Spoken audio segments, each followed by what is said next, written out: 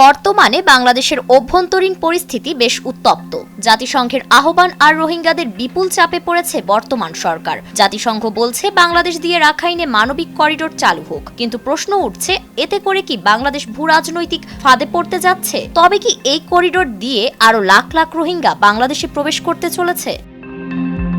সময়টা 2017 সালের 25 August. Myanmar সরকারের নির্দেশে দেশটির সেনাবাহিনী নির্মম নির্যাতন আর গণহত্যা চালাতে শুরু করে। তখন উপায় না পেয়ে কক্সবাজারের টেকটাফ সীমান্ত দিয়ে বাংলাদেশে পাড়ি জমায় হাজার হাজার রোহিঙ্গা। দেশের তৎকালীন প্রধানমন্ত্রী শেখ হাসিনা মানবিক কারণ দেখিয়ে তাদের আশ্রয় দেন। জাতিসংঘ সহ আন্তর্জাতিক মহল প্রশংসায় ভাসায় বাংলাদেশকে।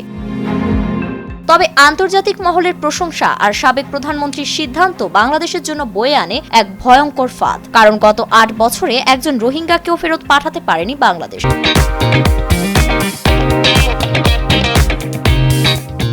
সাবেক প্রধানমন্ত্রী হাসিনার পতনের পর অন্তর্বর্তী সরকার প্রধান দায়িত্ব নিয়ে রোহিঙ্গা ইস্যু সমাধানের চেষ্টা করেছেন। আর ঠিক তখনই জাতিসংঘ মানবিক করিডোর খোলার প্রস্তাব দিচ্ছে।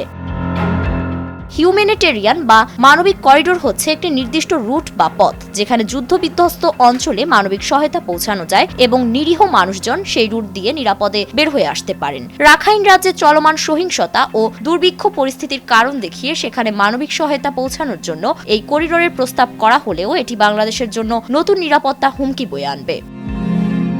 কারণ একটি আন্তঃরাষ্ট্র করিডোর খুবই সংবেদনশীল বিষয়, এর সঙ্গে সামরিক নিরাপত্তাজনিত দিক জড়িত। ইতিহাস বলছে অনেক সময় মানবিক সহায়তার আড়ালে সামরিক উদ্দেশ্যও লুকিয়ে থাকে। এমন ঘটনা অতীতেও ঘটেছে। 2023 সালে সিরিয়ায় যখন ভূমিকম্প হয় তখন জাতিসংঘ ও তুরস্কের সমন্বয়ে সিরিয়ায় মানবিক করিডোর খোলা হয়েছিল, কিন্তু রাশিয়া ও আসাদ সরকারের বিরোধিতার মুখে এই করিডোরগুলো বারবার বিদ্রোহী গোষ্ঠীর জন্য অস্ত্র ও রসদ প্রবেশের পথ হয়ে দাঁড়ায়। এক পর্যায়ে এটি বিদ্রোহীদের ঘাঁটিতে পরিণত হয়।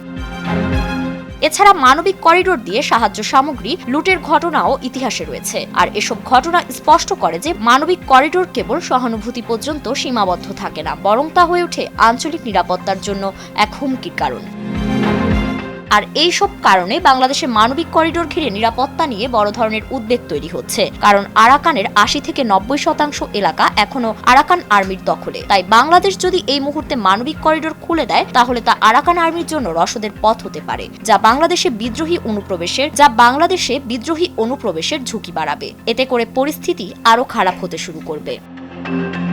এছাড়া এই করিডোর তৈরি করতে হলে বার্মিজ সেনাবাহিনী তাতমদের সঙ্গে অবশ্যই যোগাযোগ রাখতে হবে, কারণ করিডোরের উদ্দেশ্যই হলো সংঘাতের বাইরে থাকা। ফলে বিদেশি সামরিক বাহিনীর সঙ্গে আনুষ্ঠানিক চুক্তি ছাড়া এটি বাস্তবায়ন সম্ভব নয়। তার চেয়েও বড় কথা, এত গুরুত্বপূর্ণ একটি সিদ্ধান্ত নিতে হলে দেশের প্রধান রাজনৈতিক দলগুলোর সম্মতি দরকার। তবে অন্তর্বর্তী সরকার বলছে মানবিক করিডোরের বিষয়টি এখনো নিশ্চিত নয়। 29 এপ্রিল প্রধান উপদেষ্টার প্রেস সচিব শফিকুল আলম সাংবাদিকদের বলেন, এ ধরনের কোনো সিদ্ধান্ত নেওয়া হয়নি। তবে বিভিন্ন প্ল্যাটফর্মে ওঠা দাবিকে সির্ফ গুঞ্জন বলে দমিয়ে দেওয়া যাচ্ছে না। তাই বাংলাদেশের রাজনীতিকদের মনে প্রশ্ন উঠছে, তবে কি মানবিক করিডোর খুলে বাংলাদেশের সার্বভৌমত্বকে হুমকির মুখে ফেলছে অন্তর্বর্তী সরকার? ফারিন রহমান প্রীতি, নয়া দিগন্ত।